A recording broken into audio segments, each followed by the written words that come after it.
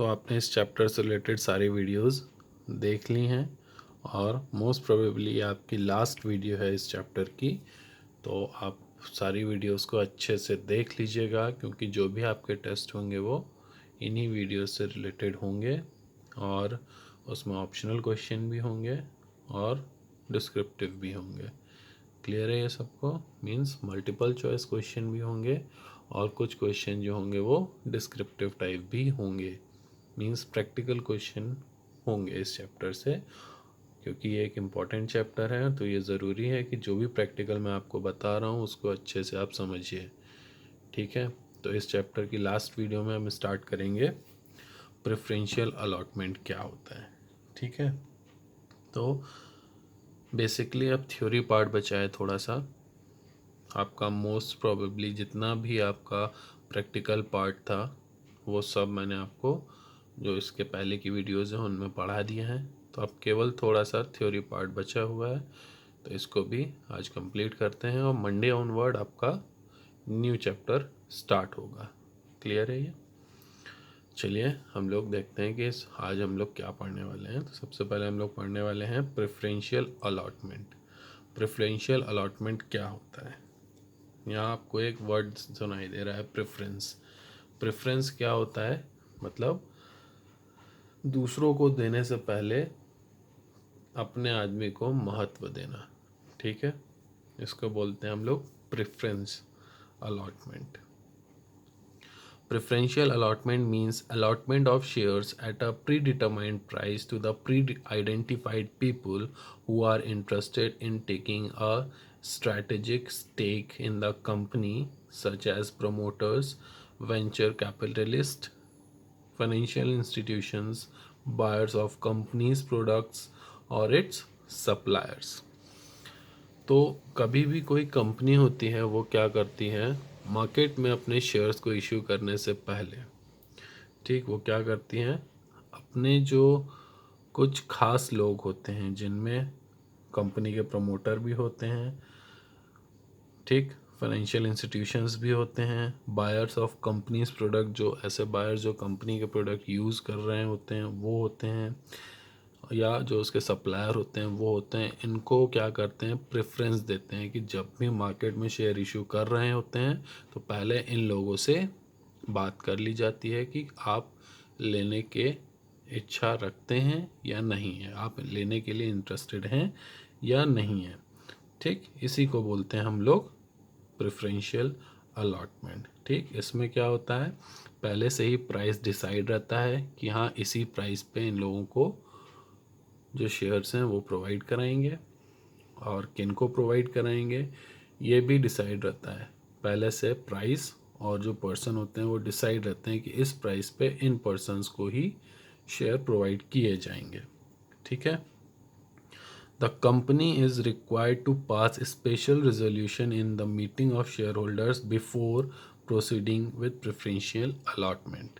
तो इस तरीके का प्रेफरेंशियल अलॉटमेंट करने से पहले जो कंपनी के ऑलरेडी शेयर जिनके पास हैं उनकी एक जनरल मीटिंग ली जाती है, उसमें एक स्पेशल रेजोल्यूशन पास किया जाता है इस तरीके के अलॉटमेंट करने के लिए। बिना रेजोल्यूशन पास किए कंपनी इस तरीके का अलॉटमेंट नहीं करती है। क्लियर है? इस बात को अच्छे से समझिएगा कि इस तरीके का रेजोल्यूशन पास किए बिना कंपनी किसी भी तरीके का प्रेफरेंशियल अलॉटमेंट नहीं करती है। क्लियर है? तो जो उसके एग्जिस्टिंग शेयर होल्डर्स हैं उनके साथ मीटिंग करते हैं और उसके बाद ही ये रेजोल्यूशन पास होता है कि इस तरीके के प्रेफरेंशियल अलॉटमेंट कंपनी करेगी या नहीं करेगी। क्लियर है ये सबको? ठीक, आगे बढ़ते हैं। आगे क्या है हमारा? आगे है concept of private placement of share. ये क्या है? According to section 42 of the companies act 2013, means company act 2013 के सेक्शन 42 के अकॉर्डिंग क्या है, private placement means any offer of securities और invitation to subscribe securities to a select group of person by a company through issue of private placement offer letter and which satisfies then which satisfies the conditions specified in the section। Means क्या होता है इसके according, जो private placement होता है उसका मतलब ये होता है कि जो भी सिक्योरिटीज़ ऑफर की गई है या इनवाइट की गई है सब्सक्राइब सिक्योरिटीज़ के लिए कुछ सेलेक्टेड ग्रुप्स के लिए, ठीक, किसके थ्रू, कंपनी के थ्रू, ठीक। तो जो issue of private placement offer, ये जो इशू किया जाते हैं शेयर्स, ठीक है, तो इसमें क्या होता है, जो प्राइवेट प्लेसमेंट ऑफर लेटर होता है इसके थ्रू होता है, जिससे कि जो कंडीशंस दी गई हैं, ये जो सेक्शन हम लोगों ने पढ़ा 42 ऑफ कंपनीज एक्ट 2013, इसमें जो भी कंडीशंस दी गई हैं वो कंडीशंस सेटिस्फाई कर रहा हो। क्लियर है ये सबको? In a layman's language, securities offered to the selective group of person by issuing private placement offer is known as private placement of share। अगर इसको सिंपल वर्ड में समझा जाए तो कंपनी के थ्रू कुछ सेलेक्टिव ग्रुप्स ऑफ पर्सन्स को जो प्राइवेट प्लेसमेंट के थ्रू शेयर्स ऑफर किए जाते हैं उसको बोलते हैं private placement of share. Clear है सबको? छोटे छोटे पॉइंट्स हैं, इनको अच्छे से पढ़िएगा, थ्योरी में आपके ये काम आएंगे। इनसे आपको ऑब्जेक्टिव क्वेश्चंस भी मिल सकते हैं, डिस्क्रिप्टिव क्वेश्चंस भी मिल सकते हैं। क्लियर है? Accounting entries. Accounting entries for private placement of share are passed as in the case of issue of shares for cash to public। ये जो प्राइवेट प्लेसमेंट किया है, अगर इसमें क्या होता है, जब ये प्लेसमेंट करते हैं तो इसकी एंट्रीज पास होती है केवल तब जब ये शेयर कैश के रूप में या इन शेयर के बदले में कंपनी को कैश रिसीव हो रहा होता है, तभी इन शेयर्स की एंट्री की जाती है। क्लियर है? These entries have been discussed earlier in the chapter. इसको हम लोगों ने पहले भी वीडियोस में पढ़ चुके हैं। कब? जिसमें हम लोगों ने पढ़ा था shares issued other than cash, consideration other than cash में इसकी एंट्री होती है। क्लियर है? अब लास्ट टॉपिक है हमारा इस चैप्टर का, concept of employees stock option plan, जिसको हम लोग शॉर्ट में बोलते हैं ESOP। क्लियर है? इसको क्या बोलते हैं हम लोग? ESOP बोलते हैं। तो ESOP means option granted by the company to its employees and employed directors to subscribe the share at a price that is lower than the market price, that is fair value। इसमें क्या होता है, जो company होती है वो अपने employees को एक ऑप्शन ग्रांट करती है कि उसमें, उस ऑप्शन में क्या होता है कि वो जो शेयर है वो जो मार्केट प्राइस है उससे कम रेट पे शेयर ले सकते हैं, जिसको हम लोग फेयर वैल्यू बोलते हैं। क्लियर है? It is an option or a right granted by the company, but it is not an obligation on the employee to subscribe it। ये क्या है, एक तरीके का ऑप्शन प्रोवाइड किया जा रहा है, कोई कंपलसरी नहीं किया जा रहा है कि आपको ये खरीदना ही खरीदना है, ऐसा नहीं है। ठीक है? तो कंपनी ये ऑब्लिगेशन नहीं डाल रही है अपने एम्प्लॉयज़ पर कि आपको ये परचेज़ करना ही करना है, ऐसा नहीं है। सिर्फ उनको एक ऑप्शन दिया जा रहा है कि आप ये ले सकते हैं, इस तरीके से शेयर्स को ले सकते हैं। क्लियर है? द एम्प्लॉयज़ मे और may not exercise the option. अब ये एम्प्लॉयज़ के ऊपर होता है कि वो इस तरीके से शेयर्स को परचेज करेंगे या नहीं करेंगे। इसीलिए बताया आपको कि इसमें जो क्या होता है, कंपनीज क्या करती हैं, किसी भी तरीके का ऑब्लिगेशन नहीं डालती हैं अपने एम्प्लॉयज़ पे कि आपको ये परचेज़ करना ही करना है या कंपलसरी कर दिया, ऐसा कुछ नहीं है। सिर्फ आपको ऑप्शन प्रोवाइड करते हैं। ठीक है? आप ले भी सकते हैं, नहीं भी ले सकते हैं। Employees stock option plan ESOP is a category of sweat equity। Sweat equity is a wider term than ESOP।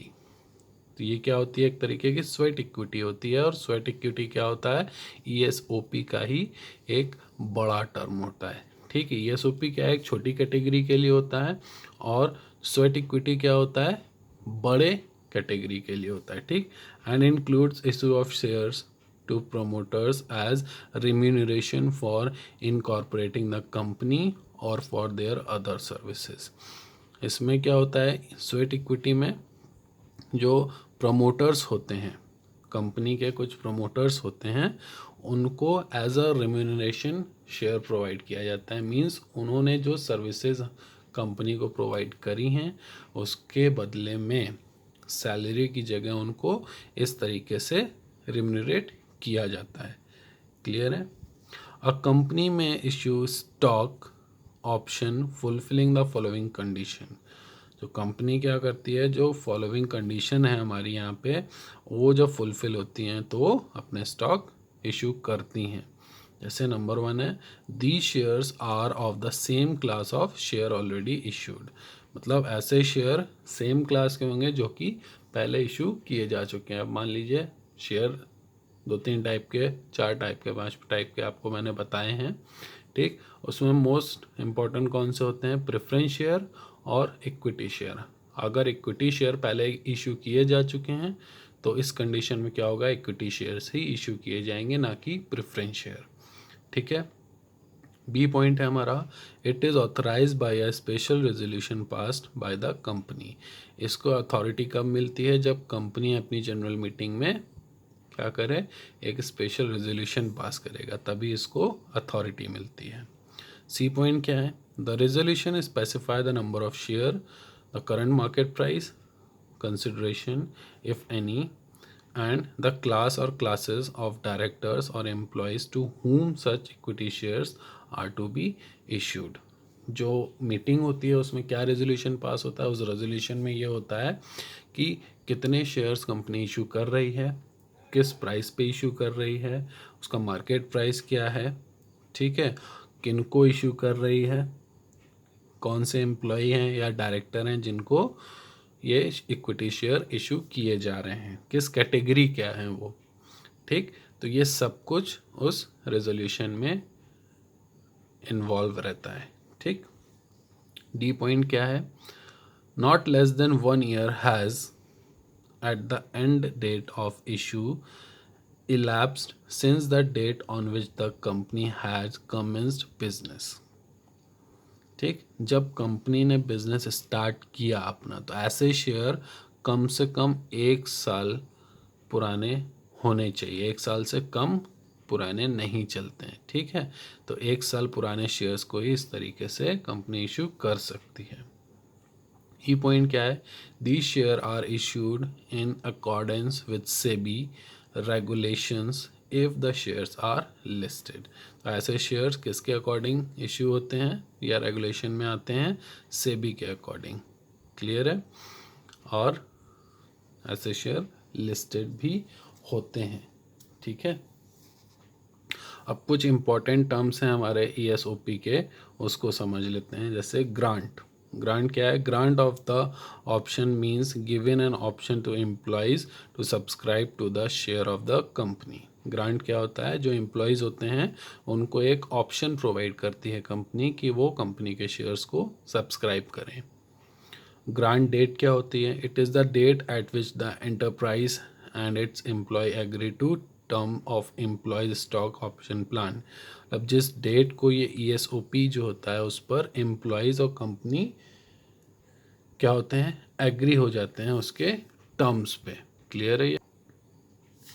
Next है हमारा वेस्टिंग। वेस्टिंग क्या है, it is the process by which the employees is given the right to apply for share of the company against ESOP। Wasting क्या होता है, एक तरीके का एम्प्लॉयज़ के लिए राइट होता है जिसके थ्रू कंपनी के जो शेयर होते हैं ESOP कैटेगरी के, उसके लिए एम्प्लॉयज़ अप्लाई कर सकते हैं।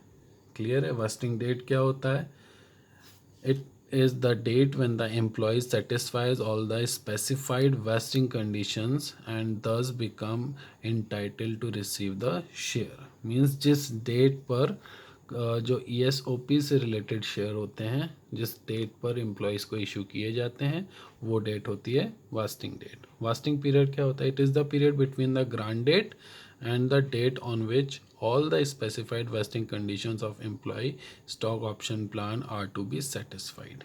मीन्स जो ग्रांट डेट होती है और जिस डेट को ये शेयर दिए जाते हैं उन दोनों के बीच का जो पीरियड होता है उसको बोलते हैं हम लोग वेस्टिंग पीरियड. क्लियर है. एक्सरसाइज क्या होती है? It means making of an application by the employee for issue of shares against the option vested in him in pursuance of the employees stock option plan. ठीक. मतलब जो ESOP है इसके through जो भी